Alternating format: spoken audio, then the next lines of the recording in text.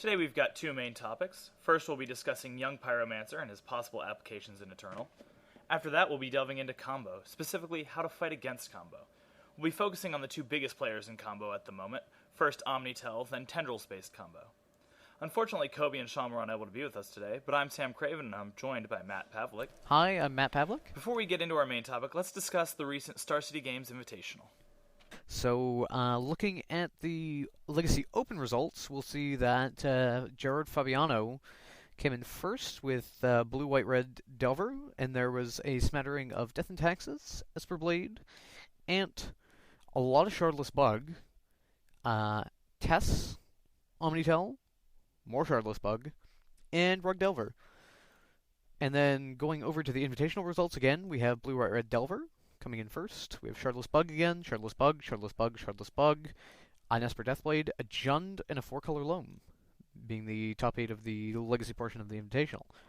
So what this is basically showing us is a lot of people seem to be switching to Shardless BUG, and there seems to be a lot of some sort of combo in the Legacy metagame at the moment, whether it be Show and Tell based combo, Omni-Tell, or something of that variety, or traditional Tendrils based combo, so Ant or Tess. And it's important to point out here that with the Invitational results, those players did not play the full tournament with that Legacy deck. What that means is that these are the top 8 players, standard and Legacy of some combination. So that means these top players in the country think that there's a lot of them that think Shardless BUG is the way to go. 4 out of 8 is a pretty clear sign. Whether that's because they think it's the best deck, maybe it's a little easier to run than what they might run otherwise. Can't say for sure without knowing them, but that it's definitely interesting to note that.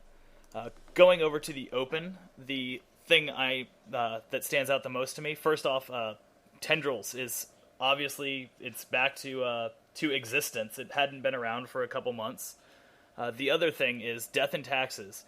People write this deck off and have for quite some time, but between this, there's been a couple other Open top 8s, and winning the most recent GP, Death and Taxes very clearly is a real deck right now. So I think not just that, I mean, as we can see in both events, Blue, White, Red Delver seems to have been doing quite well. Why is this? I mean, I think if everybody was on the Deathblade plan, this deck is just... I feel like it's very much designed to beat up on Deathblade. You have Lightning Bolts to take care of the opposing Stoneforge Mystics and the opposing Deathray Shamans, as well as you have your Swords to Plowshares, you have your Stifles to stop their mana development, you have your own Dazes, you have your own Batterskull, your own Jite, whatever. Your mana base is pretty solid. You're not into 4 colors like the other deck. So you don't have to worry about, getting wastelanded off of this color or that color. You're just running the standard kind of 18 to 19 land mana base. This one is running 1 more Tundra than the normal kind of 3-color tempo mana base, but they're pretty heavy into white into blue. Sideboard, again, looks to be pretty general. You've got your Engineered Explosives, your Relic of Progenitus, taking it for, again, Deathrite Shamans or for opposing Grim Lavamancers or even for Ant combo. You've got your Meddling Mage, Flusterstorms, Red Elemental Blasts. Wear and Tear is also seeing some play, opposing Equipment. Yeah, Wear and Tear was really good against me playing a blue-white counterbalance enchantment deck. I think it's interesting you go for this as the difference between it and another Stoneforge deck. When I first looked at this, I looked at it as the difference between it and another Delver deck. And the big difference to me that stands out immediately with Blue, White, Red Delver is that it does not suffer from the huge reliance on the graveyard that Rug does. In fact, there are no cards in here that rely on the graveyard other than Grim Lavamancer, and Grim Lavamancer is really going to punish their Deathrite Shamans, as you pointed out. This is, I guess, kind of a mix of both of those things. They said we don't want to be as easy to hate out, and we want to hate out the other things. Definitely an interesting deck. I played against it this weekend, and it's got a lot of different game plans, and if you haven't seen the deck, it does a lot of things you're not prepared for. When they open with Volcanic Delver of Secrets, you think, all right, Rug, I've got this locked up, and then the next turn they go Tundra Stoneforge Mystic, you go, oh, that's bad. And the problem is, I mean, they have this kind of control. They are, very much the aggro control deck. You can go the aggro Delver of Secrets route, but you also have game in Geistersane Draft, being a 6 damage coming in on turn 4.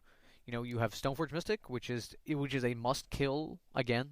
We're noticing this move to creatures that you must kill on the spot, otherwise you're going to have a bad time. So I mean, Delver Secrets, not quite as bad, but Stoneforge Mystic very bad. Geist also very bad.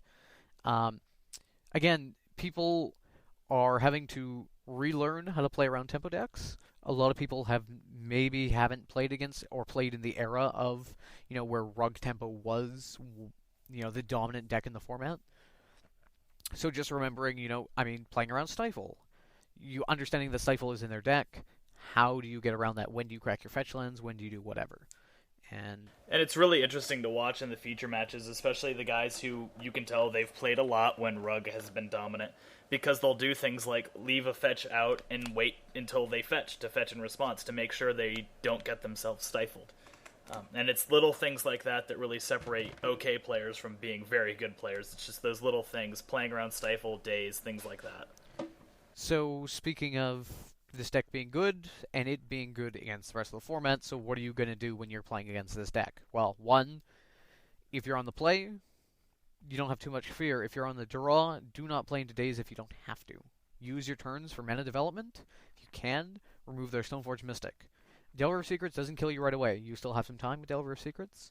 And also recall, it's only 2 bodies. So if you have Lightning Bolt, if you have Sword of Plowshares, Abrupt Decay, whatever. Just get your mana base built up first and stable.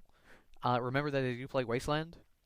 So try to develop that mana base. Once you have that, then start playing out your threats. If you'll notice, Geistersane Draft is only a 2/2. So recall, Tarmogoyf is bigger than every single one of their creatures. Now, they do have Swords of Plowshares to remove it. However, depending on the deck that you're playing, I'm sure you should be able to handle it. I was playing against this deck with Agrolome, and every single one of my creatures is just bigger than theirs. So if you concentrate on mana development, so for example, I was fetching basic lands, fetching on their upkeep, so if they are going to stifle you, they're going to have to use some of the mana that they could use on their turn, instead of getting just a free walk in the park where, well, you get to sit there with your 1 life lost and no land. Devastating Dreams was very good against this deck. Seismic Assault. Big control pieces. As long as you can actually actively develop your mana base, that's how you win this game. Well, I can tell you how I won it, which is that I landed a turn 2 energy field and a turn 3 rest in peace, and that was pretty much the end of the game before sideboards came in. Yes, well, we all don't get to run so well, do we? I live in magical Christmas land most days of the week. This is true. All right. Anything else about the Open or the Invitational? Shardless BUG. I mean, I think my personal take on the reason why it's doing so well is you have access to a lot of cards that are doing a lot of damage against the format. So, as of right now, you have a lot of Deathblade running around. You have a lot of Omni-Tell. You have a lot of Ant or Tess combo decks. And you have some tempo decks. So having access to Abrupt Decay, you have Force of Will, you have Deathratch Shaman, Jace, you have Baleful Strix, Notion Thief. All of these good cards are very... you don't have very many bad matchups. The deck is very direct to play. You basically want to have a turn of Shardless Agent into value card. Ideally, Shardless Agent into Ancestral Vision, or Hymn to Torok, or whatever. That's your kind of ideal line of play. I think it has a lot of game also, too, because your sideboard is going to be able to deal with a lot of things. So, Notion Thief is really good against the other Jace decks and the Omni-Tell decks. You have Force of Will, Croson Grip, again, for the Omni-Tell deck. And for equipment-based decks, you have access to Venser, Dread of Night, Massacre, Thoughtseize, Flusterstorm. All good cards. Yeah, and as an evidence of just how strong card draw is in the format, look at how many of these cards draw you a card. You've got Baleful Strix as a 2 of. You've got Shardless Agent, which is essentially going to be drawing you 3 if you're lucky. You've got Jace the Mind Sculptor, and then you've got a bunch of other cards that, while they don't draw you cards, they're definitely getting you card advantage with Liliana, Thoughtseize, Hymn to Turok. You're just keeping up on cards, and that's the problem I've always had when I've played against it, is that my opponent's going to have 5-6 cards in hand, and I'm going to be trying to play something every turn, and having 1 card in hand is not as good as having 5 or 6 cards in hand. Also, too, over the course of a long tournament, depending on how long you're going to be playing a deck that is very simple in the I know the game plan that I need to be on, and this is what I need to do. that's definitely a deck that's going to favor you over a long tournament. So playing something like 43 lands or High Tide is going to be very hard mentally, never mind in terms of just time limits. I mean, going to time is not something where you want to be in a long tournament, so I'm assuming... I mean, this deck looks like it closes quite quickly. You know, you have you start with Thoughtseize, you Hymn to Torok, you maybe play a Baleful Strix, you've got a Tarmogoyf, then suddenly, you know, there's Abrupt Decays flying around, and, Tarmogoyf's a 5/6, then he's bashing your face. In my experience, even the games that do go long, once you've gotten to the long game, it's what you want to do is pretty clear. So they might have, for example, a Batterskull. It's pretty clear that what you want to do is either make them sacrifice the creature that the Batterskull is on, or you want to Abrupt Decay. You want to Abrupt Decay the creature. So a lot of this stuff, I don't want to say a deck is simple, because obviously no deck in Legacy is as simple as it looks. But a lot of the plan you're going to be on in the late game is something that's not going to require as much as, say, a deck like High Tide would. So I'm just going to start talking about Pyromancer. Sure. So... Young Pyromancer, a card that's obviously gotten a lot of talk about what it's going to do for the format. On the message boards, it's looked like a lot of the Legacy development has been playing it as a 2 or 3 of in a Rug-style deck. I'm still not quite sure where its home is going to be in Legacy, but over this last weekend, there was a 24-man tournament on the West Coast, a vintage tournament, that had quite a few Pyromancer decks. Looking at Menindian's list, because... You know, he's just the best, so you always got to look at his list. And it's pretty much exactly what you'd expect. It's playing blue. He's got the usual suite of 10 counterspells, 11 cantrips, including 4 Gush, Fast Bond, interestingly, 3 Regrowth. Matt and I talked a little bit about this before the cast. I think the purpose of this is that you're going to pay 2 mana to get back Gush, which you're then going to play for free. So you're going to pay a green and a colorless to get 2 guys off Pyromancer and 2 cards. That seems like some pretty good value. I'm not sure whether or not that's the best way to go with this.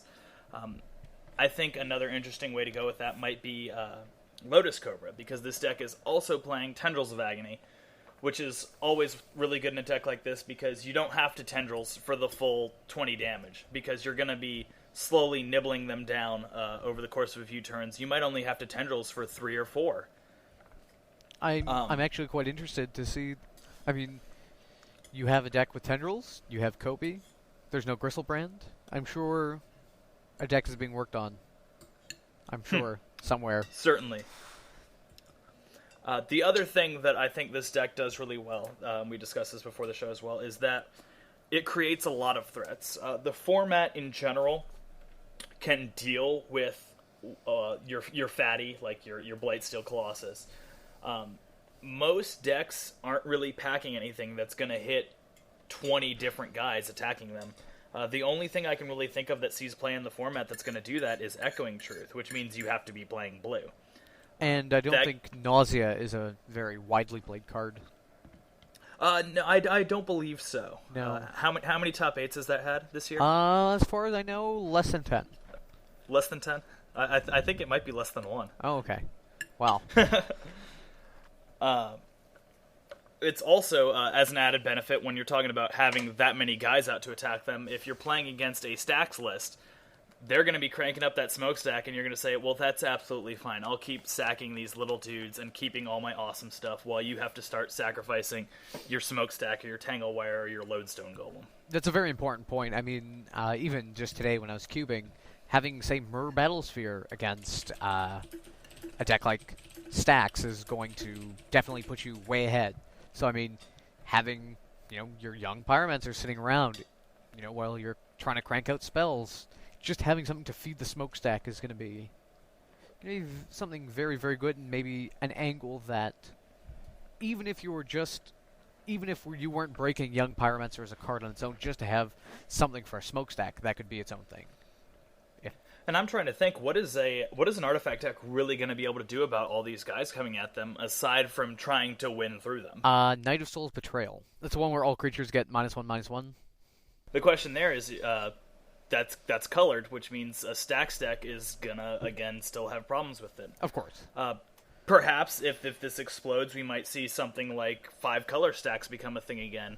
because Balance.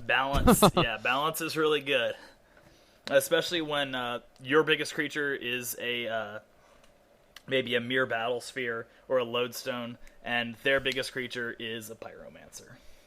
Yeah, I'd be okay with that trade. In terms of legacy, any ideas where this might be going, Matt? In terms of, say, some people were talking about it in Mono Red Burn. I don't know if that's the card that, if that's a deck, this is the home for this young Pyromancer card. The problem with Mono Red Burn is you want to have as many 3 damage for 1 mana cards as you possibly can. Basically, ideally, you would have every card in the deck, except the few lands that you would need would be 3 damage, 1 mana. So this thing costs, what, 2 red? Or is it 1 in a red? 1 in a red. 1 in a red. For something that doesn't do anything the turn that it comes into play, it doesn't attack that turn. So, okay, so if you play your burn spell and it on turn 3 with 3 mountains out, sure. Now you've got 3 damage next turn. Is that good enough? Is that fast enough? I don't know. I don't think so. Maybe in a more mid-range deck that's trying to go a little bit longer, where you can actually abuse those tokens, then I think that could be where this young Pyromancer wants to be. Maybe in a Rug Shell. I'm not certain, but I don't think it's in Mono Red Burn. What do you think about in like a blue-red burn deck, which is going to have things like Snapcaster recurring those 3 damage spells, so you don't have to have quite as high a density of them in the deck? I think that's probably more likely. I don't have much more to say than I think. I haven't tested it. Legacy being such an open format, it's difficult to say on a lot of this stuff unless you're doing extensive testing.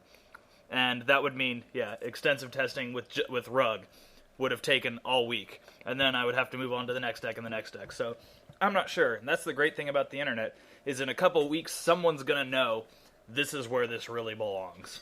And then you'll say, wow, my Golgari Charms are really, really good.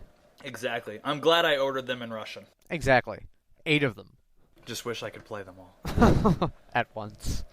The only other thing I could think of is a couple weeks ago we saw Jerry Thompson playing a Niv Magus Elemental deck.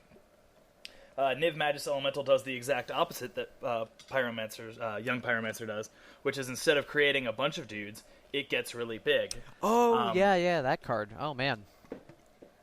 It also played with things like Kiln Fiend. It played a lot of the Phyrexian mana spells that you might see in an Infect deck.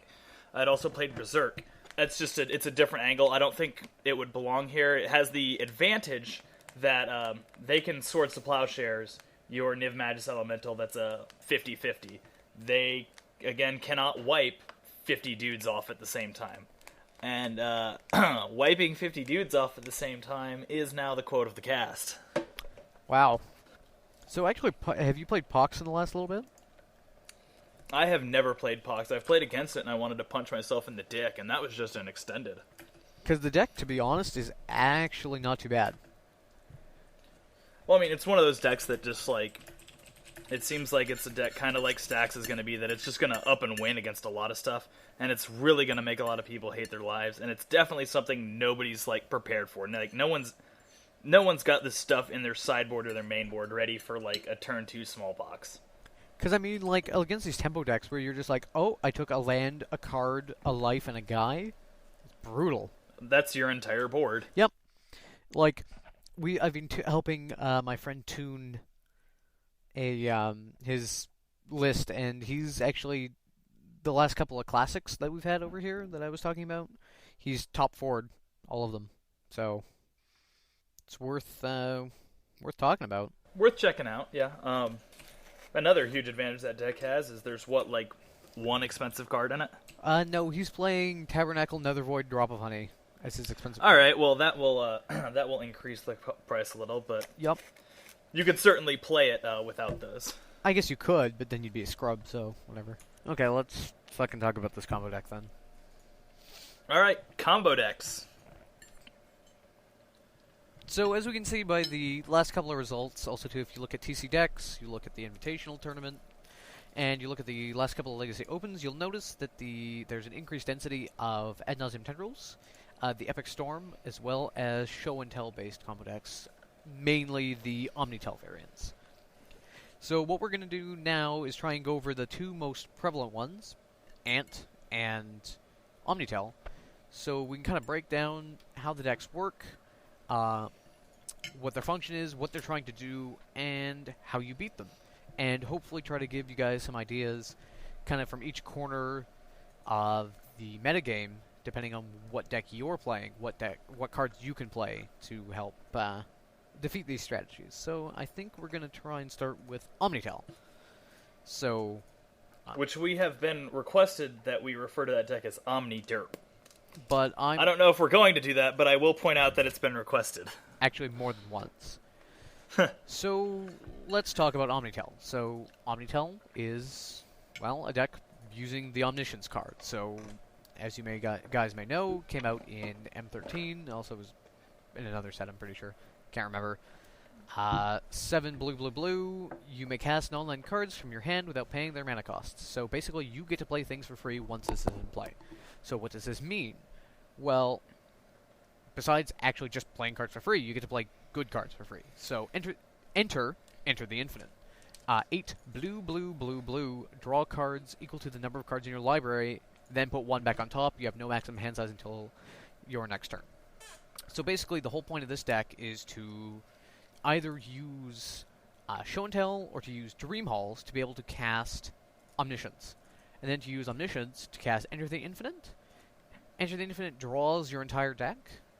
And then you can, depending on what you want to do in the situation, you can either have cast Emrakul for free, which means you get to take an extra turn, and then you get to 15 them and annihilate or 6 them. Or you use Cunning Wish, you go grab Adelam...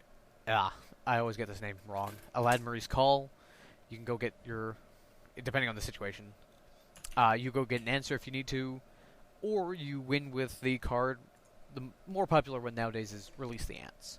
So Release the Ants, basically you clash with your opponent, you deal 1 damage. Since you put back either Emrakul or another Enter the Infinite, when you clash with your opponent, you're basically going to win. So you just sit there and you do that until they die. Sam, any additional points that I kind of missed? One of my first things I think is funny is that it's great that the Legacy format is a format that's so wide open that a card like Release the Ants is playable. That's just amazing. So I think the way that some older builds are still running the Research and Development kill, which is basically you go search for Research and Development, Cunning Wish. You go get Research and Development. Research and Development shuffles in, like, Firemind's Foresight, and, like, basically it's a Lab Maniac kill, is essentially the point. So, the problem with that kill, with the Lab Maniac kill, is even though you have your entire deck in your hand, it's still possible that there are cards that kill the Lab Maniac and you don't end up winning. That's not good. Also, too, it requires one more slot, which you're a Cunning Wish deck, so ideally you want to have as many answers as humanly possible to whatever you might face. So as you can see in the sideboard of the latest Open, Joshua Ravitz was playing Omni-Tell, and he's running the mono blue version. So he's running Trickbind, he's running Slaughter Pact, Sapphire Charm, Rushing River, Pact of Negation, Noxious Revival, Intuition, etc. The reasons for these cards, Defense Grid basically means if you're playing against any sort of blue-based, like say a Miracles deck or whatever, you're going to be able to go off on your turn with your Show and Tell, and they're not going to be able to stop it, or it's going to be very difficult for them to stop it. Leeline of Sanctity, it's for the discard-based decks. Call is used so you can get out from under a Gaddock Teague. So basically what you do is, depending on how this all works out, if you have a Wish in hand, you go get Call. Call goes for Emrakul, and you Emrakul them. Intuition is just for general tutoring. Noxious Revival gets back a discarded combo piece. Pact of Negation, if you need to counter a spell. Release the Ants as your kill condition. Rushing River to bounce 2 different Hate Bears, if you can. Sapphire Charm is to phase out a Hate Bear. Slaughter Pact is to kill something. And Trickbind is for the, like, if they drop in a Cassali Pride Mage or something, right? You can go Wish in response for Trickbind and Trickbind them so you your Omniscience stays alive. So there's a little bit of an argument, or I'd say a little bit of a difference in thought process between people who are really constructing this deck. So, as you guys might know, Lejay and Emlidin on the source, kind of the two minds kind of working on this deck quite a bit. People say you can either run the mono blue version, Uh, Impervious to Wasteland, I think is a really good choice. Or you could splash black. So what do you get if you splash black? You get Hand Disruption. You could actually pay for a Slaughter Pact if need be, if that's possibly a thing ever. Hand Disruption, or you can also get Limdol's Vault. Again, as you might have read Carson Cotter's article, I guess a week ago or whatever, he was talking about Limdol's Vault. I've played Limdol's Vault for the last forever in a lot of stuff. I'm sure most of you played in EDH.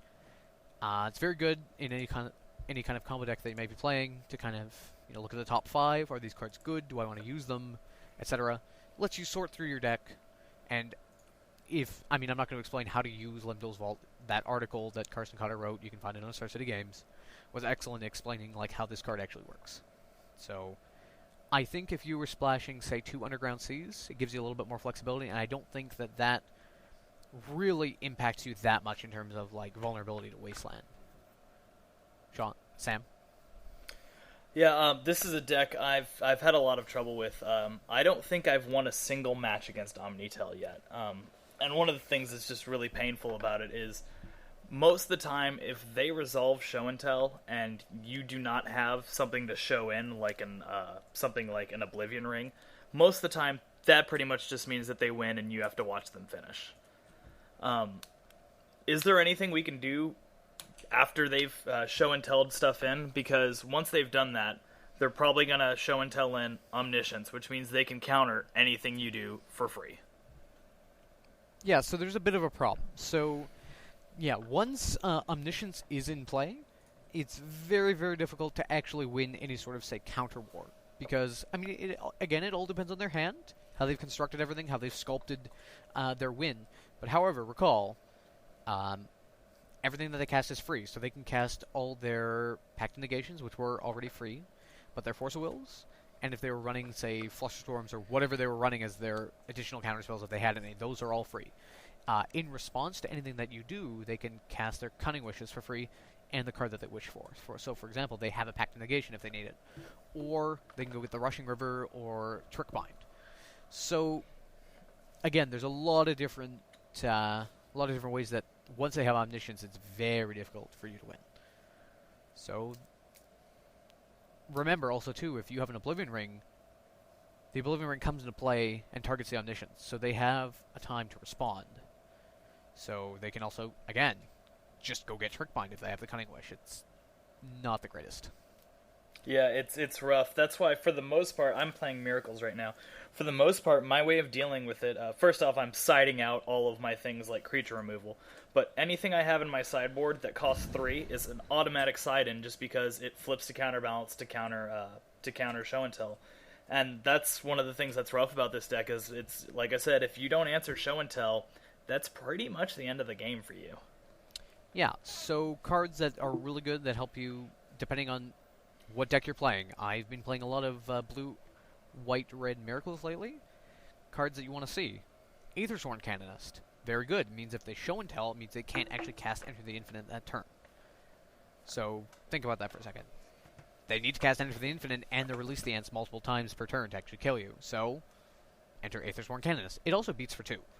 So, if they're trying to dig, maybe for the Cunning Wish, and trying to find an answer to whatever you're doing, hey, you've got something. Plus, if you already have the Canonist down, recall that if they're actually using a kill spell on it, they've used their 1 spell per turn. If you have a counterspell, you've protected your Aethersworn Canonist. Another one. And ended their turn. Yes. Well, they're going to have... how many Cunning Wishes are they going to have? You can't fight 3 Cunning Wishes. Right. There's sometimes you just get the nuts. That happens. So, another card, again, that I'm running particularly in Blue, White, Red Miracles, Red Elemental Blast. Counter the Show and Tell. Done. Yes, they could have defense grids and their own Force of Wills and their own Pact of Negations. However, this is something. Yeah, and really, defense grid costs 3 more. Paying 4 mana to not lose the game is pretty good. They also have to try and kill you with Release the Ants, or Emrakul. So the Miracles deck is already playing Karakas. So if they're just running off of the Show and Tell Emrakul, hey, you have Karakas for that line of play. The line of play that's a little bit more difficult is the I actually use Omniscience to cast Emrakul, gain the extra turn, etc. However, do you keep in Terminus? If it's a game 1, you might still have a Terminus. So, hey, you have to play to your outs. The board, you're probably bringing out your Terminuses, so that's probably not the best line of play. Leland is Sanctity. So remember, they target you with Release the Ants. So, hey, they gotta go get rid of the Leland first before they actually come and kill you. Which is going to be hard if you can manage to land 2 of them. Exactly. I mean, they do have Rushing River, so don't forget that. Some builds I've also seen have been running Echoing Truth. So again, you might not have everything, but however, making them work for it and kind of changing the number of possibilities that they could possibly have, that's what you're trying to do. You're trying to put the combo deck down a path that is very unfavorable for them, or will take a long time to do, so you can actually kill them in the meantime. And if they do go with the Emrakul plan of attack, if they try to hard cast Emrakul, well, for free, I don't know how hard it is. Another, at least playing to your out, is to stifle that trigger that lets them take the extra turn, just so that you get one more draw step to see if maybe you've got something. Exactly. So I mean, there are definitely a few outs. So looking for kind of to recap, so looking kind of from the black-green kind of mid-range kind of deck. Also, too, this would include Mavericks. So from that kind of angle of the metagame, you've got yourself Gaddock, Aethersworn Canonist, Thalia, you have all of your Hand Disruption, and you have Crossing Grip. So this deck, actually, because I was helping my friend work on this deck, it's very hard to answer protected Hate Bears. So, for example, like if you're playing, say, Dark Maverick, and you have, say, Gaddock, Thalia, Mother of Runes, it's very difficult to actually have one target that actually deals with that. They can't go get... Massacre is a sorcery. That would actually solve basically all the problems that this deck really has, is basically the protected Hate Bear or the double Hate Bear draw. Aven Mind Sensor is very good against them. Gaddock prevents Enter the Infinite from being cast, so they have to go Wish to go remove Gaddock first, or they have to go Wish for Call for Emrakul. So, I mean, again, just depends on what's going on. Like we said, cannons before, Thalia. Also getting down an early Thalia really taxes their development, so being able to, say, only Ponder once per turn, or doing whatever, or waiting until turn 4 to Show and Tell might be the difference between you dying and not that turn. Certainly, and we don't mean to sound like this is a hopeless matchup, but it's definitely, if they resolve Show and Tell, you're very far behind. Definitely still winnable, but difficult nonetheless. So, well, what else would you say, Sam, from a different corner of the metagame, so to speak? I mean, I'm trying to think. You covered Maverick. You covered which Maverick basically ends up including Death and Taxes. Other combo decks just are going to try to win faster. Maybe side in a little hand disruption to try and get stuff out because, hey, every little bit counts. Other decks, I'm not really sure. This deck has been one of those things that once I saw it, I've been trying to figure out what really what I want to do, and I don't know. There's also, I mean, depending on the deck that you're running, there's also extirpating the Show and Tells makes it more difficult. They have to go with the Dream Halls. They have no way to search for Dream Halls. You know, and some of them are not playing Dream Halls. They're only playing the 4 of Show and Tell. So, I mean, Slaughter Games, if you can survive that long. Red Elemental Blast, like we talked about before. Any other cards that you can think of, Sam? For the most part, that's it, other than just more counter spells. Flusterstorm being Flusterstorm is awesome. And when we get to Storm in a moment, Flusterstorm is going to come up again. Okay, well that probably covers what we want to talk about for that. So just basically, Omni-Tell, they have answers for your answers. They have the next level. So what you need to do is just make sure to try and you're going to use a consortium of answers to try and kind of block them long enough so you can win. To be honest, Omni-Tell is very, very, very, very, very good. I'm not going to make any speculation or speculatory comments regarding why this deck is not taking over the format or this or that. However, I think in the hands of a very competent pilot with the right sideboard for an expected metagame, the deck is Very, very, very solid. More so than, say, like an Anthrotest deck that just, say, might fold to a Canonist or a Thalia or something like that. Certainly, and one thing to point out too is when you're playing against this, because the nut draw is show and tell on turn 2 with an island and then a City of Traders or another soul land. What that really means is they're going to go off so fast, you're not going to beat them down in the time it takes for them to cast a show and tell. So your plan really needs to be to stop them first and win second, which would be something like playing a Thalia where you might have played a Termaglyph, or getting your counterbalance down where you would really like to have a Rest in Peace or something like that. So now moving over to Ad Nauseam Tendrils, also known as Ant Tess, the Epic Storm being a slightly different variant of the Tendrils archetype. Sam, do you want to kind of take this one over a bit and kind of introduce the deck itself? So both of these decks operate on the same principle. It's a bit simpler than Omni-Tell, at least in terms of the explanation. It's maybe a little more complex to play and watch. Basically, what you're trying to take advantage of is the card Tendrils of Agony has the Storm ability. And the Storm ability is for every card you've played before this, cast an extra copy of Tendrils. So basically what you're trying to do is cast a bunch of spells, most of which are going to be ritual effects or cantrips. And then once you've sufficiently upped your storm count by annoying your opponent, you'll go ahead and cast your Tendrils of Agony. The main difference between the two, Ad Nauseam Tendrils, is blue-black. It has a lot more cantrips, and it usually will play like Cabal Therapy, which, as you know, we love. It also, occasionally, you get to play my favorite Starter 99 card, which is Grim Tutor. Tess tends to be 4-color. It's blue, black, red, and white, sometimes even green. Sometimes it plays the full 5. Because of that, some people think it's a little bit more complex to play, because there's a lot of lines. It plays green sometime for Xanthid Storm, which means that your opponents can't play spells. White for Silence, red for Empty the Warrens, and then the usual blue and black for the Tendrils kill.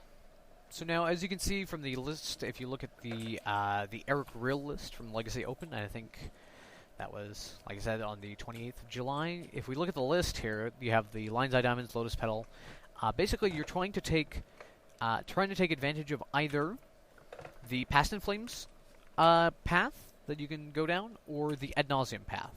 So the Ad Nauseam path is basically, usually you ritual up, then you Infernal Tutor with no cards in hand, usually by using Lion's Eye Diamond, by holding priority when casting Infernal Tutor, to go get Ad Nauseam. Ad Nauseam flips over a bunch of cards on the top of your deck, use them to basically go get Tendrils of Agony, and then kill your opponent.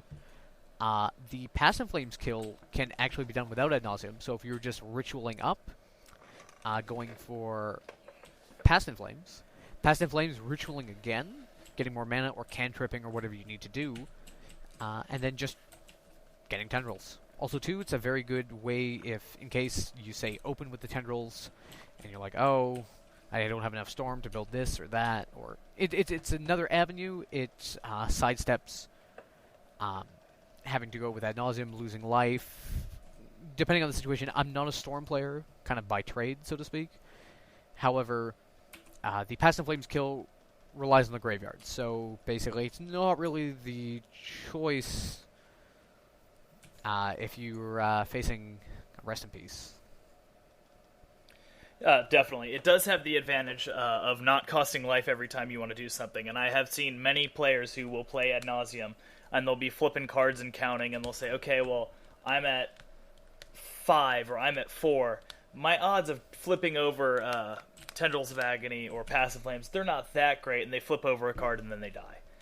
That's one advantage that the Past in Flames kill has. The other advantage is if you fail to go off your first attempt, Past in Flames will let you recast all those things you already played, and you don't have to tutor for them. They're all right there like a giant extra hand. Exactly. So, or what you can do is if you have a huge Ad Nauseam flop, and for some reason you can't get it together, throw it all in the graveyard, throw Past in Flames in the graveyard, and if you can, build up the mana, play out some LEDs so that next turn you can just go off. So just recall that when you're playing Past in Flames, it's not Yogg Will. It's only instant sorceries. I've seen so many of my opponents try to, quote-unquote, flash back Lion's Eye Diamond or Lotus Petal. Please don't do that. Please watch your opponent, because sometimes they're misinformed as to how the card works, and they try to do that. Yeah, they miss the second and fourth word in the text of the card. So just try to jog their memory. So how does this deck actually try to win around your hate? So as you may know, that the Epic Storm plays Burning Wish in addition to Infernal Tutor. So Burning Wish allows them to go grab sorceries from their sideboard to go answer whatever you're doing. However, the Ant build actually has to tutor for them all with Infernal Tutor. So if you are trying to hate on them, and you know that you have a hate piece, and say you have Hand Disruption, go for their Infernal Tutors. Unless you need to break up the combo right away and, say, grab a Ritual. Infernal Tutor is very important. Infernal Tutor grabs, maybe a Chain of Vapor, maybe the extra Dark Ritual they need, maybe the Abrupt Decay, whatever. It doesn't matter. And most of the time, their Infernal Tutor is a Demonic Tutor. And that card's obviously really good. It's restricted in the only format it's legal. Correct. So, basically, if you can stop the Infernal Tutor, you can stop the answer to your answer. The card I think is really interesting that a lot of Ant decks play out of the sideboard is Dark Confidant. It has a two-pronged effect. First of all, it is a slow, but it is an existent clock, which has a couple advantages. You could try to kill with it, but chances are you won't last that long. But it will knock them down a few life, which means that you're not going to have to storm quite as high as you normally would. You're also going to be drawing 2 cards a turn, and as everyone knows, drawing 2 cards is really good. It's really, really good in a deck that wants to play 10 spells in one turn. Exactly. Also out of the side, you've got some more stuff like you would expect. You have Abrupt Decay, sometimes Surgical Extraction, Chain of Vapor is common. The Ant list we've got in front of us right now is actually playing green in the sideboard for Carpet of Flowers, which is an anti-blue card. You get X mana of one color, where X is the number of islands your opponent controls. Really, really good against an 8-control deck. Super great against Omni-Tell, because they're playing almost all islands, which is, I would imagine Carpet of Flowers is going to come in against them simply to try to go off faster than they can. So, basically, what cards are you going to play to try and defeat this Ad Nauseam Tendrils opponent? Well, again, they have to play this is not a show and tell deck. They have to play a certain density of spells to actually build up Storm. So, because of that, Aethersworn Canonist, very good. However, recall that they can run their Lion's Eye Diamonds and Petals through Canonist and not be taxed for it. So, please recall that. Chalice at 1. Very good at shutting their entire deck down, essentially. Shutting off their cantrips, their Hand Disruption, basically everything. Again, they can still run their cards through it just to build Storm, however, they're not getting any actual profit out of it. Extirpate effects are also great, especially if you can grab like an Infernal Tutor. If with their first Infernal Tutor, they don't grab Tendrils of Agony, if you can remove that from their deck, it's going to be really hard, because their Tendrils is probably a one-of, and they're going to have to draw it almost naturally, basically just with Brainstorm, Ponder, maybe Preordain, and that's going to be obviously a lot harder than just Demonic Tutoring for it. Your other big options, of course, all the counter spells, Flusterstorm being great, because you just let them go off, think they've won, and then you play Flusterstorm. And then my favorite way, because it's just such a simple card, is to Stifle the Storm trigger. And say, sure, after all of that, I will definitely take 2 damage. That's fine. So, in addition, like we were talking about, Thalia is very good. Again, they need to play multiple spells per turn. Taxing that, not good for them. Thalia Gaddock prevents Ad Nauseam, Past in Flames, and Tendrils of Agony. So basically, they're big cards. Again, you still have to fear the Infernal Tutor. They've got a lot of ways to deal with you still, though. So, again, a Protected Hate Bear is very hard for them to beat. So, again, they do have Karakas, Chain of Vapor, and Abrupt Decay. However, Protected Hate Bear is still Protected Hate Bear. Leland of Sanctity, coming from the kind of the Miracles control side of it. Again, they need to bounce it before they can actually kill you. for the less control-y decks, even for something like Goblins, it's going to have a couple answers because Red Elemental Blast counters every card they have that draws a card. That's obviously not going to stop them from going off, but it's going to hinder them a lot, especially if you hit just the right one. Well, exactly. Or, I mean, the Red Elemental Blast is also going to hit the Chain of Vapor. So say you have, like, example, if you're playing, say, Red-White Goblins with Thalia. Thalia is being a real pain for them. You know, they're going to go tutor for Chain of Vapor and attempt to Chain of Vapor your Thalia. Well, oops, you have a Red Elemental Blast. So that's something you have to think about. One thing I've seen Ant Pilots do that I think is very interesting is when they're playing against a counterbalance top deck that has counter top active. I've seen this many times. The Storm player will intentionally play spells out of order so that if you want to counter them, you have to keep rearranging your library. The idea being, eventually you will run out of mana to pump into your Sensei Divining Top, and then they can go off for free without having to worry about you doing anything to them. So in a scenario like that, key things to counter, Dark Rituals. They're going to try and use Rituals to get up to go play Tendrils of Agony. I mean, given if you have information, great. If you don't, try to counter Infernal Tutor or Rituals. If they're just playing Brainstorms, you may want to leave them alone, or just leave the one floating, say if they're switching between, say, 0s and 1s and such. Yeah, and if you just leave your counterbalance at 1, same with Chalice at 1, you're countering all of the cards that they use to draw cards, and you're countering Dark Rituals. So you're going to be countering 12 to 16 cards out of their deck. If that's all you're doing, that's still pretty powerful. Also, two cards like Nihil Spellbomb, Relic of Progenitus, as well as Rest in Peace, shuts off their passive flame skill. Makes it so they have to go down the Ad Nauseam route, which makes it a little bit easier to say if you have a Spell Pierce or something like that. 5 mana, you know, it's less likely they're going to have a bunch of extra mana left over when the thing costs 5, as opposed to, say, 4, and then whatever they're doing. One more important point is that Storm counts all spells played from both sides. So you want to be very careful with especially your taxing counter effects. You don't want to play a Spell Pierce that's not going to do anything, because all it's really going to do is cost them 2 mana and up their Storm. And 2 mana to up their Storm is basically what every other card is doing anyway. So you want to be very picky and choosy about where you're casting your taxing effects to make sure that you're doing it in a way that's most helpful to you, either countering things or making them pay 2 at just the right time. Like, for example, making them pay 2 when they've got cards in hand and Lion's Eye Diamond is the only source of mana they have left. Also, too, recall that if you're playing, say, a black-green deck that's going to be running Abrupt Decay, that is still a decent card in this matchup. It's not necessarily a card you automatically board out. If you have worse cards to board out, you board those out. If Abrupt Decay is your worst card, you board it out. It has marginal value in that A. If they're bringing in, say, Carpet of Flowers, Dark Confidant, or something like that, you have an answer to those cards. Also, recall that they have to play Lion's Eye Diamond. All the combo decks are playing Lion's Eye Diamond.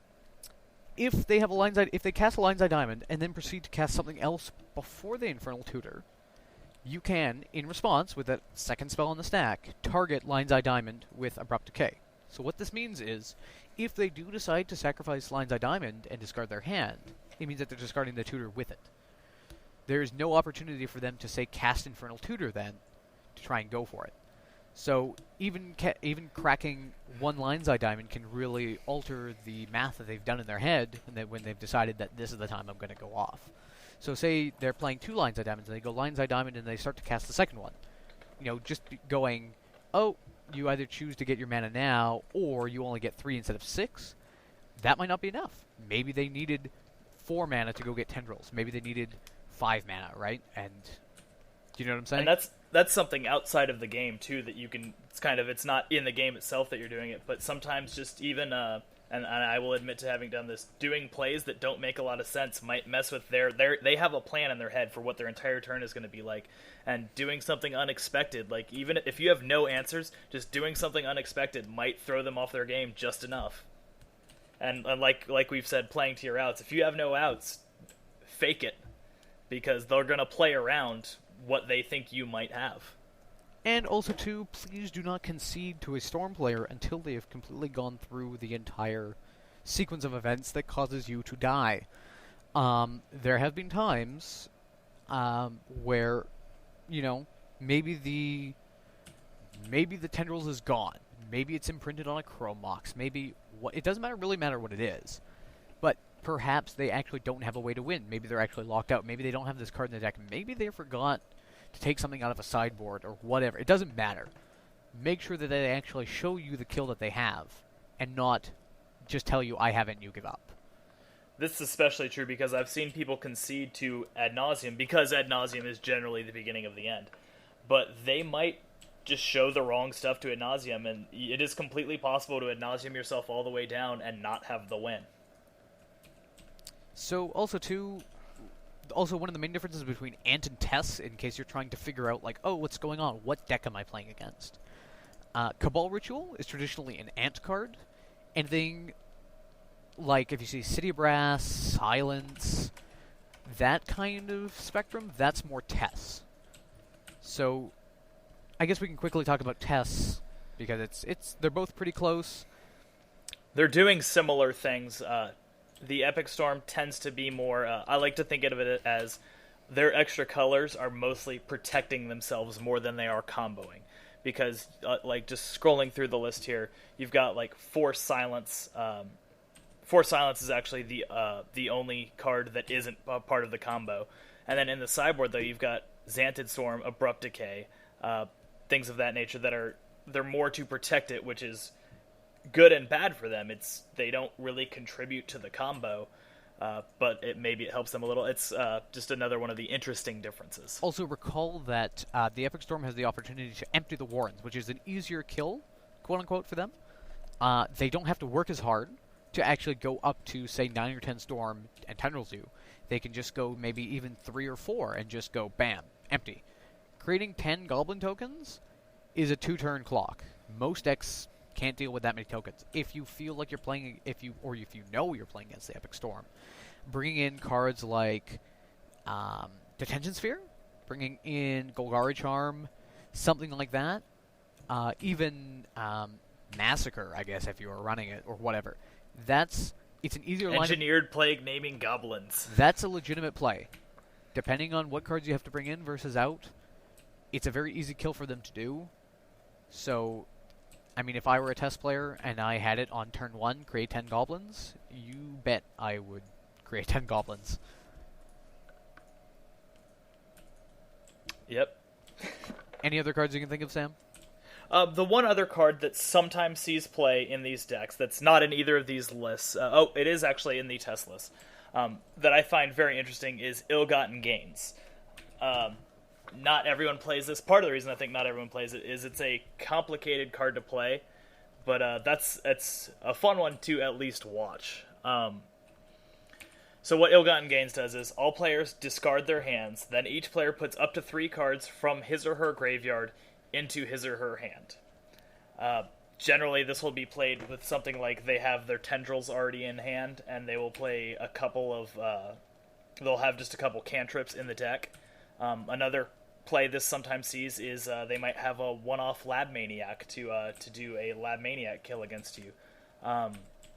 Obviously, any kind of graveyard hate is going to completely hose a strategy like that, though. The Ill-Gotten Gains loop, or the Iggy loop, quote-unquote, is also used to build Storm without losing life. So, for example, if you're low on life, so just as the Ant deck would use Past in Flames, Ill-Gotten Gains is used by the test deck. So, recall that if you had, say, Lion's Eye Diamonds, you could also basically go, crack, have mana in the pool, have Ill-Gotten Gains, use Ill-Gotten Gains, get back Lion's Eye Diamond, Infernal Tutor. You've built a bunch of mana, and you've built, anywhere between, 2 and 3 Storm. 2 and 4 Storm, sorry. So you've gotten over that hump to kind of maybe kill the opponent when you wouldn't have necessarily had it before. The other thing is, because you're going to be discarding a large amount, it helps fuel Past in Flames if you want to go that route.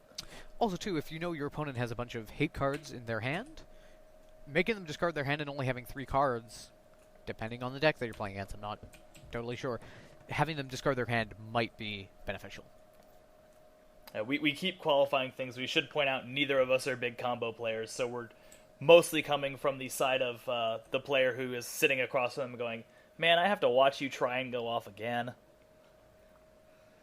That's basically all I can think of right now for the Epic Storm, to be perfectly honest.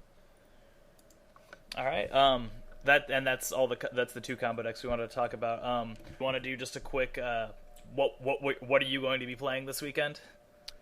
This weekend I'm actually having a qualifier tournament for our Summer Legacy Classic. So very likely I'm going to be facing some Esper-Blade, be facing some Omni-Tell, some Ant, maybe some Tribal, some Jund. So I think I'm going to be switching from Black White Green Junk to Miracles for this tournament. Miracles has basically all the things I want against any sort of combo deck, and I get to entreat the Angels, so it's kind of fun. So I'm also interested in getting in some Jace on Jace battles, which haven't happened for me quite yet. Yeah, we did get a chance. Anyone who watched the Open, we did get to see a Jace on Jace battle on camera this last weekend, which is, I would say, is always fun, but this is the first time we've seen it. I will also be playing Miracles. With the new rule, I really like playing more Jaces than I was before. I usually played 2. I'm playing 3 and 4, depending on how I feel that day.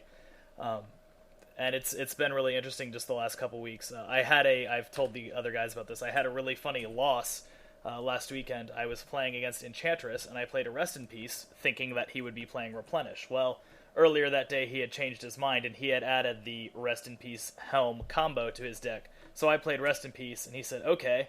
And it got to his turn, and he played Helm of Obedience with 1 mana open, and I said, well, wasn't expecting that.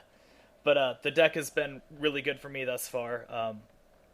I think it's pretty well positioned. Energy Field Rest in Peace, obviously really good, because the best thing anyone can do against you is have to spend probably an entire turn getting rid of that combo before they try and do anything to you. So that's what I'll be playing. I'm sure that I will have some sort of report if anything interesting happens. As will I. I mean, if I win in my own qualifier, getting a bye for my own tournament, I'll definitely let you guys know. So how many people do y'all get for that big tournament and for the qualifier? The qualifier I actually only announced like last week because a few people were like, hey, do we want to play for a bye? So, I mean, I'm hoping if we can get 8 people, I'll be happy. For the larger tournament, on the 17th of August, which I've talked to you guys about before, we're looking at about 40 people, which is insane for Vancouver, because we usually only get about 15 to 20. Well, you've said that you said it before, but you want to give us your big ad for this tournament? Woo! So the Summer Legacy Classic is going to be located in Vancouver, or in the Vancouver area, British Columbia, Canada, Pacific Northwest. So it's basically a $30 entrance fee, and I'm going to give out dual lands to basically, I'm going to scale up prizes. If there's 50 people, I'll give out 50